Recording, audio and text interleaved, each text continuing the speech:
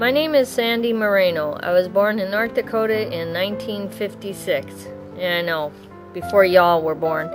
I grew up with 2 sisters and 1 younger brother. My mother was the oldest daughter of 11 kids. She had a really German background, meaning she put a roof over our head, food in our mouths, but we pretty much had to fend for ourselves. We grew up with no technology. Surprise, surprise, the computer wasn't invented. So we depended on outdoor activities. We always had to find things to do to keep us busy, like ice skating or swimming. I ran track, played basketball for Mandan High School, even though I was bad at basketball. I mean, really bad. Life was simple in a small town. If you pulled any stupid stunts, sooner or later the whole town would know about it, because 9 times out of 10, the cops would bring you home and your parents would have to deal with it. There was 1 high school in my town, and our graduating class was 300. And that was for the whole town, 1 high school. My mom really pushed high school, so we had to finish at whatever cost. But after high school, my mom didn't care what we did as long as we moved out of the house. I had a stable life as a child, which helped me when I came into the real world because I felt more secure in who I was. I didn't have a lot of things coming at me in negative sense. Pretty much a lot of positive impact. I ended up at college, Minot University, and it was located right down the street from the Air Force Base. College life was new, different, and fun. I did the schooling, I went to some parties, but parties were not my thing.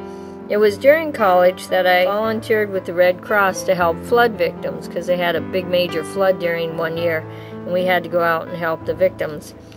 And I realized I really liked helping people. After college, I ended up going to the military from 75 to 78, just missing the Vietnam War. Well, thank God for small miracles. In 1991, I was a medical technician in the Air Force Base. In the Air Force, not necessarily the base. In 1999, I enrolled at the University of Phoenix and received my BS in Human Resources. A year later, I was called to war. We went to Iraq. So after I came home from Iraq, I started again in college and came out with a master's in family counseling. In 2002, I was deployed to Iraq. I was assigned to the 113th Combat Stress Company as a psychiatric technician. Basically, we went all over the country of Iraq in teams to help people in tragedies, calm them down, try to normalize the situation so they didn't blame each other or themselves for what happened. We would ask the people that were part of the specific incident to put everything on the table and to help them understand the problem, the issues, and their feelings, to help them understand that their feelings were very normal considering the abnormal situation. This helped them move forward instead of having their thoughts stuck on the incident. After Balad was mortared, a unit that my son was in at Biop, that's the airport outside of Baghdad, they called my unit to see how I was. It ended up being, of course, the unit my son was in, and that's how I found out he was actually deployed at the same time I was. When you go into the military, it's like a different world. There's a bond you have with other soldiers that can't really be explained. When you leave home and your support system, you learn to lean on the soldiers who are going through the same things you are. So you take down some of the walls. You get to know each other.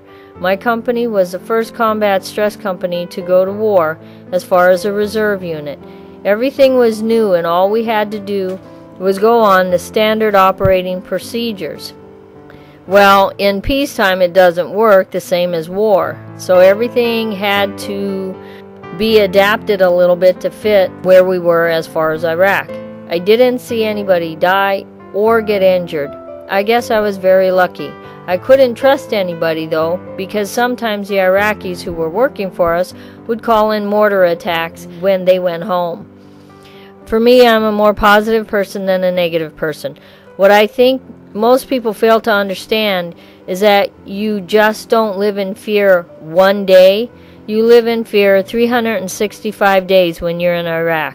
from the time you get up till the time you go to bed. That's the horrible part. That and the porta potties. I didn't get rewarded for my job per se, but that's okay because the reward was actually working with the soldiers. Some people in my unit received coins from individuals as a thank you for helping save their lives. That was the most impressive way to get a coin. I think my defining moment was that I really liked what I was doing over there. I finally figured out what I wanted to do for the rest of my life in terms of a job.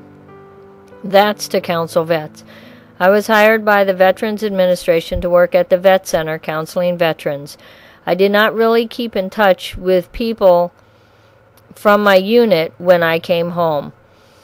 While in the war zone, I disassociated myself from my unit because it was too hard to deal with the thought of losing someone in the unit. After I came home from war, I couldn't really deal with stress as easily as I had before, and I became very hypervigilant. People feel that I am a more serious person, and I'm not as funny or carefree. I'm learning to readjust that one, though. I think I'm getting my sense of humor back. One important lesson I think everybody should learn is when you go through a trauma, you have to pull the good out of it and understand it, or it can stay with you for the rest of your life. When you can pull the good out of a bad experience, you're able to move forward.